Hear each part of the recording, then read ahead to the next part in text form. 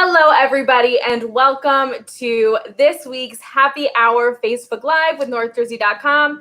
I've got my wine here. We're almost at the end of another long week in quarantine, so I know that I need a drink, and I know that you guys might need some inspiration for your many, many Zoom happy hours. And today, we have such a treat for you. Today, our guests are none other than North Jersey's own Senior Director of News at Forbes and Senior Director of Features, Liz Johnson. Hi, guys. Thanks for being with us. Absolutely, hi, Rebecca. Thanks for having us.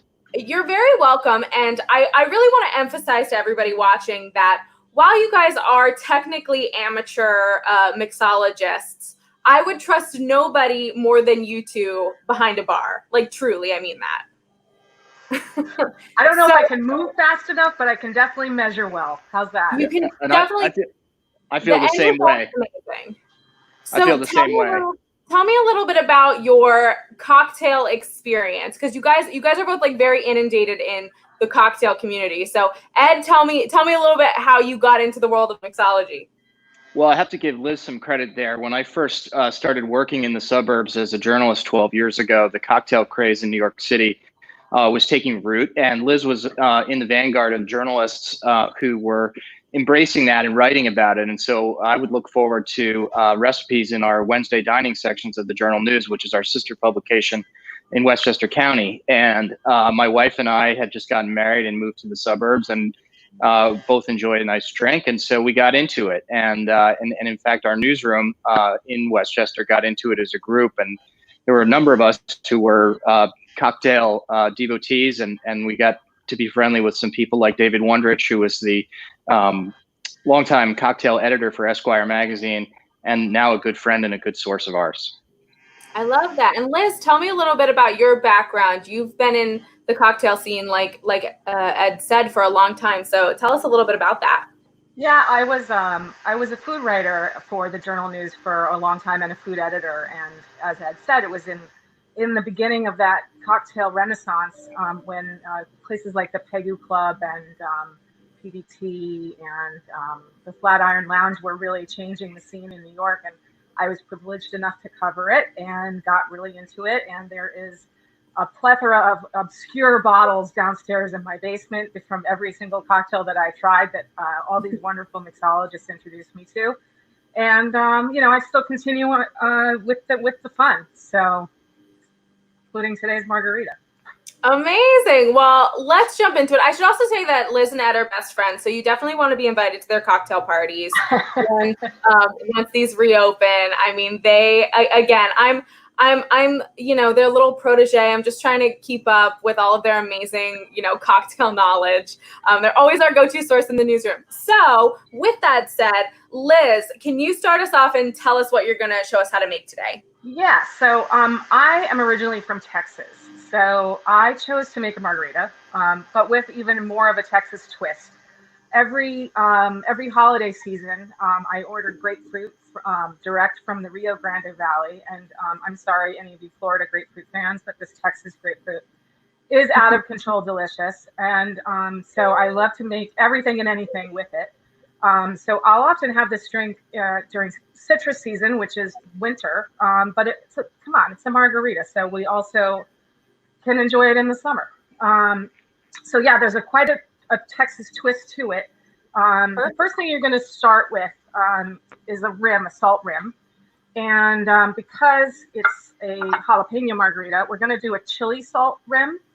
And you just take chili powder and sea salt in equal parts, and you mix them together on a flat plate.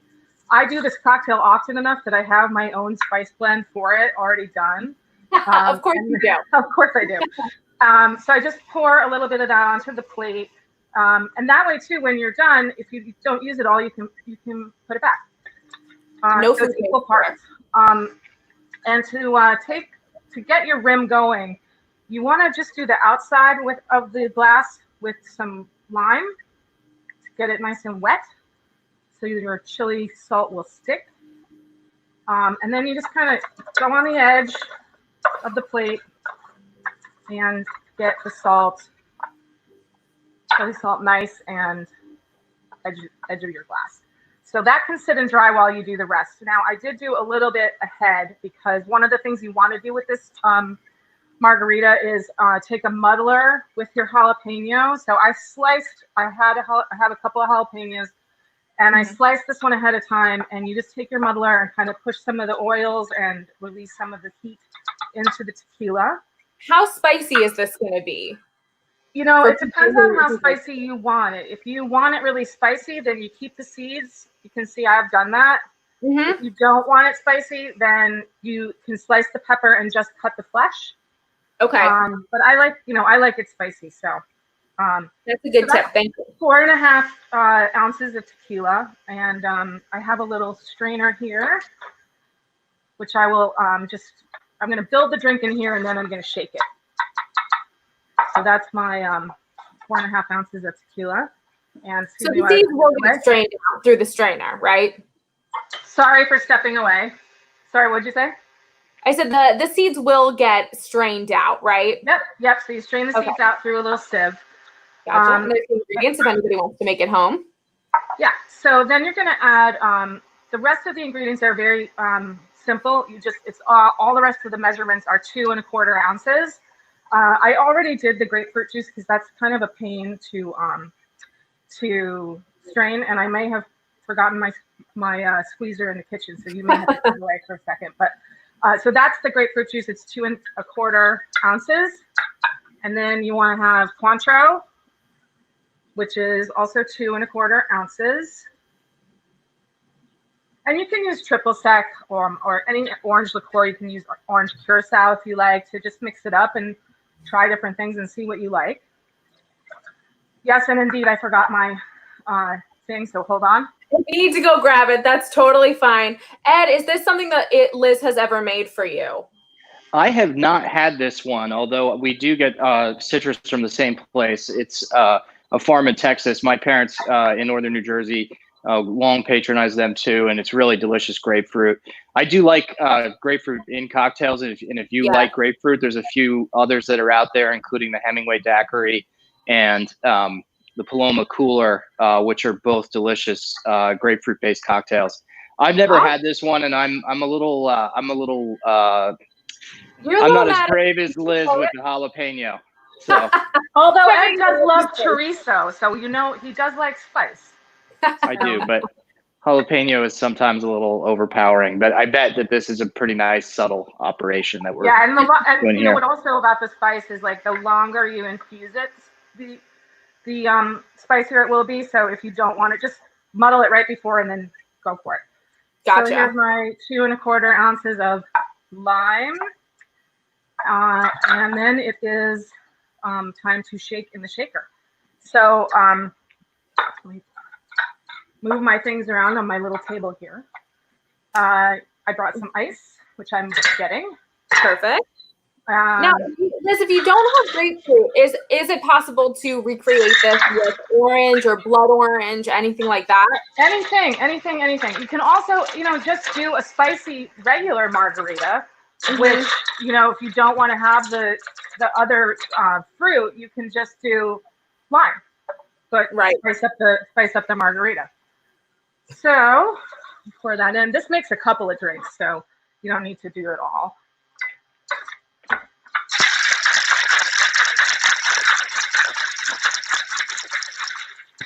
Okay. Good. And then you're going to want to also have ice in your drink. So let me get that from the side here. Sorry for going off camera. The table's only so big, people. We get it. We're all just trying to do our best right now. Yeah. Okay. So then you're going to just strain this into a rocks glass with that chili salt rim. Oh my gosh, I'm salivating. Oh.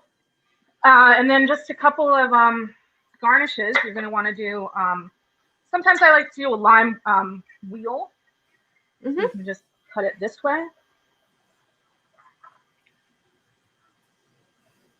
And that looks really pretty. If you want to be really fancy, you can just cut a little thing into there and put it on the edge of the drink like that. If it doesn't fall off. And then it's nice too if you want to just do a couple of little jalapeno slices too. It looks professional quality. Like this is There something we have that it. you wouldn't be embarrassed to serve, people at a cocktail party. It's delicious and it's refreshing and it's good for summer and winter, and it showcases my home state grapefruit. I love that. Well, cheers. I'll cheers you with my wine. Cheers. I wish that I were with you to share in this cocktail with you. Me too. I would make someday for you. Someday soon. Well, someday this quarantine shall end. Yes. Someday this quarantine shall end, and I am going to be the most knowledgeable cocktail mixologist of all time. Yeah, that's the fun part. I'm going to show you guys up. So, Ed, tell us what you are going to make us. Sure. So I'm going to work with you on a junior, Rebecca. And a junior is a rye-based cocktail. It's a recipe that was first published by David Wondrich, our friend, in Esquire in 2002, and popularized by Jim Meehan and Chris Gall and their seminal PDT Cocktail Bible, which has been on the market for about 10 years now, and is a great compendium of recipes, of classics, as well as some of the new guard stuff that the more innovative mixologists and bartenders in New York City and across the country have been working on in the recent past of cocktail making. So the Junior is a traditional cocktail that nods its head to the 3 ingredient classics of the late 19th and early 20th centuries. So we've got rye. I prefer Old Overholt, which is a foundational American rye whiskey that's been in production since the 1800s. This one also features Benedictine, which is a little bit of an esoteric herbal liqueur from France. It's distilled by Benedictine monks. Thing right now, because people might have an easier time finding it. Yeah, this is Benedictine is in one of those aisles. It's not going to be all that picked over in the store. So if you're familiar with B&B, which your great uncle Larry or your grandfather Floyd or your Aunt Rosa drank in the 70s, that's the nephew or the niece of Benedictine. Benedictine and brandy were bottled together as an aperitif in the 20th century, and so you can sub in B&B for this if you don't have Benedictine on hand. I had to a couple of years ago. I was in a social call with a friend in the city, and she asked me to pick a drink, and I had to walk a bartender in an old bar in the Lower East Side through this, and he only had B&B, and it turned out to be really nice. But you do want Benedictine. Then we're using lime juice of a lime. And then we top everything off with a few splashes of Angostura bitters. So that's the Junior. I can get started constructing it, but I'm also happy to banter a little bit with you, Rebecca, because you're a good banterer. Well, I have to say, you guys are not letting me down in that. I said you guys were cocktail experts, and Ed, if the amount of knowledge that you just packed into that intro didn't prove to everybody that you know exactly what you're doing, I mean, I don't know what will. Maybe I should have showed off a little bit more. Well, maybe.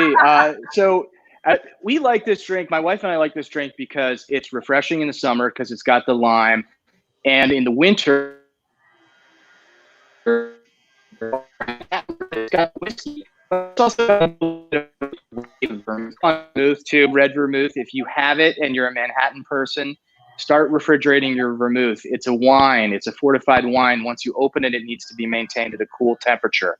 So you can stretch out your bottle of red vermouth across a whole winter season without it starting to taste stale after the new year. But anyway, the Junior is a great year-rounder. Been featured again in the PDT book and by the New York Times and others as kind of a classic New Guard cocktail. So let me start constructing here. Because this is a cocktail with juice, we're going to start it in a shaker, and we're going to shake it. So it's 2 ounces of rye, and the recipe was on the screen just a minute ago. So we get our rye in. While he's saying that for some cocktail knowledge is that when drinks don't have any citrus, you want to stir them. Yeah, thanks. Okay, but if they do have citrus, you want to shake them?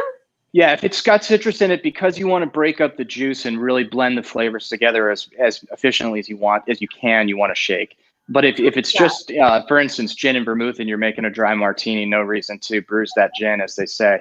So a half ounce of Benedictine, and then 3/4 of an ounce of fresh squeezed lime juice, and a couple of shakes of Angostura. Angostura, widely available and classic bitters, really the foundational bitters that are out on the market. There are others that I really like, including Peychaud's, which is a New Orleans bitters from the early 1800s that's still on the market. This comes from the West Indies and Trinidad. There was a shortage about 15 years ago, which caused a lot of stir in the cocktail world. Luckily, you can get large sizes at most grocery stores and good liquor stores in the metro area, and you can also order it online.